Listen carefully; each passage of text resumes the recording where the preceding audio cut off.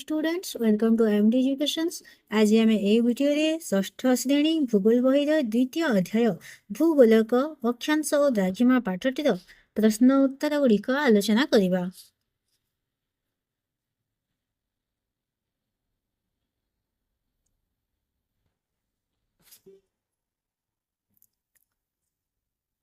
अभ्यास नंबर 1 उत्तर संक्षेप दियो।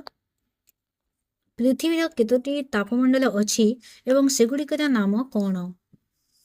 उत्तर पृथ्वी रे 3 गोटी तापमंडल अच्छी सेगुड़िकर नाम है ग्रीष्ममंडल, नातिशीतोष्ण मंडल और हिममंडल।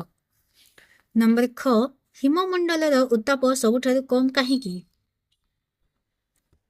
उत्तर हिममंडल उभय गोलार्धरे मेरुवृत्त एवं मेरुर मध्यवर्ती अंचल अवस्थित होइतिबारु एठारे सूर्य दिग्बलय ठारे देखा जाती एवं एही अंचल सूर्य किरण अति तीर्यक भाव पड़ी थाए।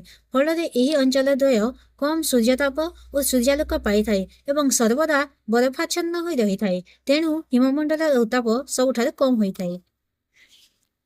नंबर ग समाक्ष रेखा और द्राघिमा रेखा कहिले कौन बुझ?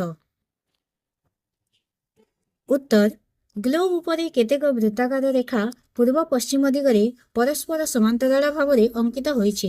एगुड़िक समाक्ष रेखा कहा जाए।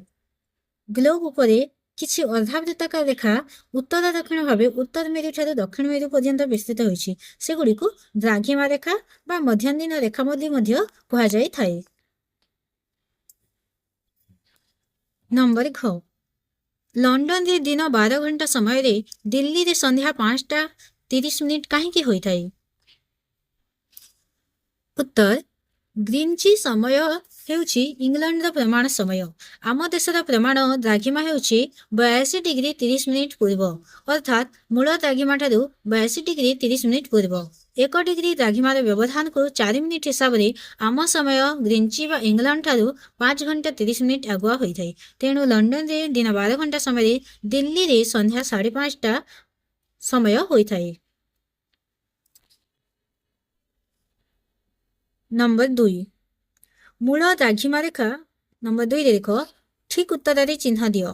क मूल द्राघिमा रेखा केते degree? 90 degree, 0 degree, 60 degree, 180 degree. ठीक उत्तर है 0 डिग्री। नंबर ख ग्रीष्ममंडल मझिरे निम्नलिखित क्योंटी अच्छी? कर्कट क्रांति, विषुव रेखा, मकर क्रांति, कुमेरू वृत्त। ठीक उत्तर है विषुव रेखा।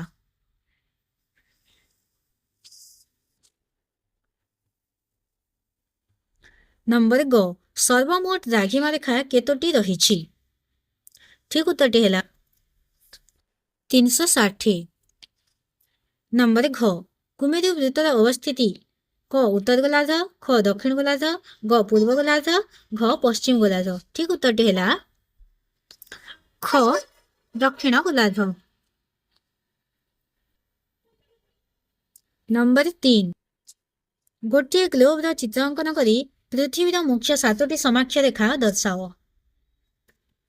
उत्तर देख यहाँ मुख्य 7टी समाक्ष रेखा है 0 डिग्री अक्षांश, 5 डिग्री उत्तर और दक्षिण अक्षांश, 23.5 डिग्री उत्तर और दक्षिण अक्षांश, 66.5 डिग्री उत्तर और दक्षिण अक्षांश। यहाँ हूँ मुख्य 7 गोटी समाक्ष रेखा। धन्यवाद।